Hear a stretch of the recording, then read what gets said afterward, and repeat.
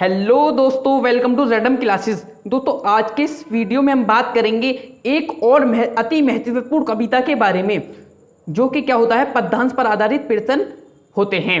यानी आपके 10 नंबर के पूछे जाते हैं। यदि आपने इसका पिछला लेक्चर नहीं देखा है तो मैं नीचे डिस्क्रिप्शन बॉक्स में लिंक प्रोवाइड करा दूंगा, आप वो लेक्चर जरूर देख लेना। उसमें मैंने आपको पद्यांश पर आधारित एक कविता कराई थी, वो भी मोस्ट इंपोर्टेंट थी, और आपको एक और कर लेनी है। अरे आप कम से कम 2 तो कर ही सकते हैं।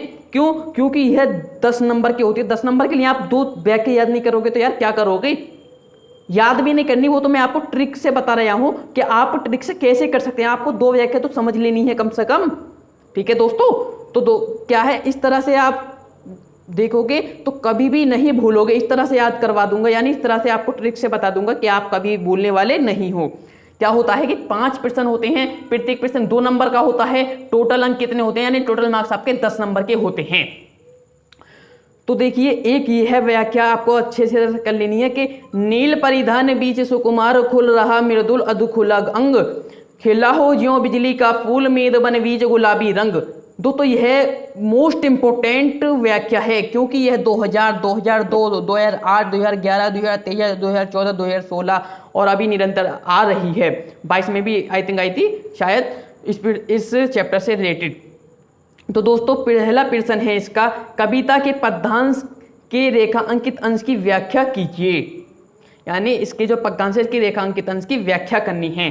तो दोस्तों सबसे पहली जो ट्रिक होती है इसकी व्याख्या करने की, वो यही होती है क्या, कि आपको सबसे पहले क्या करना है, व्याख्या लिखना है कि कवि के द्वारा, कवि के अनुसार, ठीक है। यदि आपको उसके कवि का नाम पता है, यानी जैसे मैं आपको बताऊं कि यह श्रद्धा मनुष्य ली गई है और इसके जो लेखक हैं वो हैं जयशंकर प्रसाद, यानी इसके जो कवि हैं वो कौन है, जयशंकर प्रसाद। तो यदि आपको जयशंकर प्रसाद इनका नाम नहीं पता है तो आपने लिख देना कवि के द्वारा, ठीक है।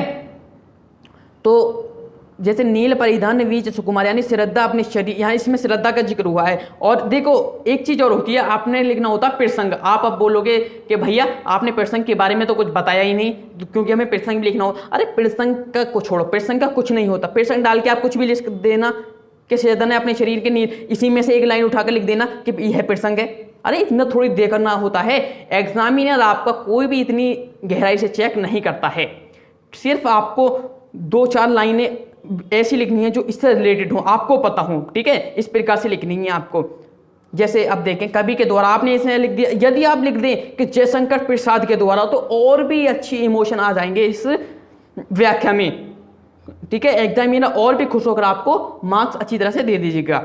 देखिए जैसे अब इसमें कवि के द्वारा श्रद्धा अपने शरीर पर नीले रंग का, यहाँ क्या है देखिए, नील, या नील का मतलब नीले रंग का परिधान बीज सुकुमार, यानी नीले रंग का मेष चर्म, जिसे हम कहते हैं भेड़ की खाल, धारण किए है।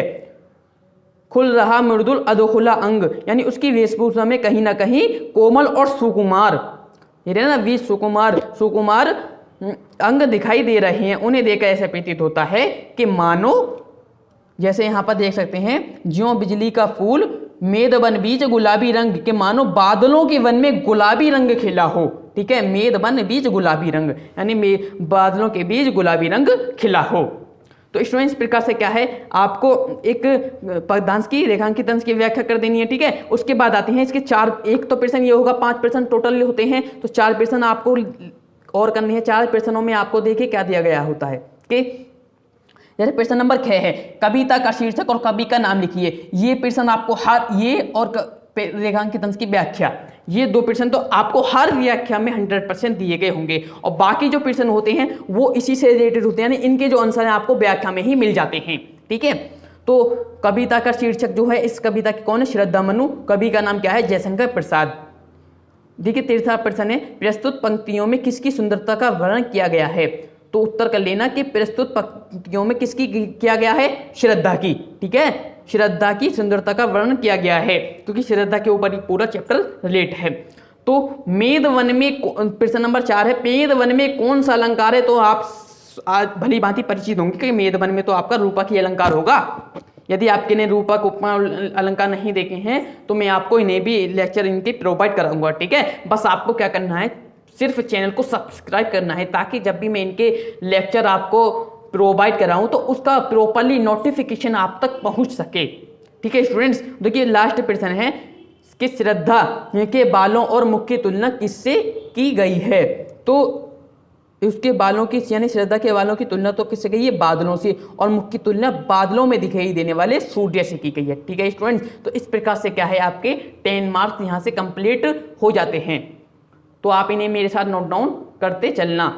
तो स्टूडेंट्स यदि आपको यह लेक्चर पसंद आया हो तो इस लेक्चर को लाइक कीजिए, शेयर कीजिए। यदि आपने ये तो पद्यांश पर आधारित प्रश्न है, किस पर आधारित यह प्रश्न है, पद्यांश पर आधारित। ठीक है, यदि गद्यांश पर आधारित आपको प्रश्नों के लेक्चर चाहिए तो मैंने उनके लेक्चर बनाए हुए हैं, उनके लेक्चरों का लिंक मैं आपको नीचे डिस्क्रिप्शन बॉक्स में प्रोवाइड करा दूंगा। ठीक है, तो आप उन्हें अच्छी तरह से प्रिपेयर कर लीजिएगा, क्योंकि आपकी 10 हिस्से और 10 गद्यांश से आपके 20 नंबर यहाँ से पक्के हो जाएंगे। ठीक है, और बाकी सारे टोटल में 80 प्लस का टारगेट लेके चलूंगा, आपके आई गारंटी 80 प्लस मार्क्स आपको गेन करवा के रहूंगा। ठीक है, बस आपको अपने फ्रेंड सर्कल के साथ हमारे लेक्चर को ज़्यादा से ज़्यादा शेयर करना है।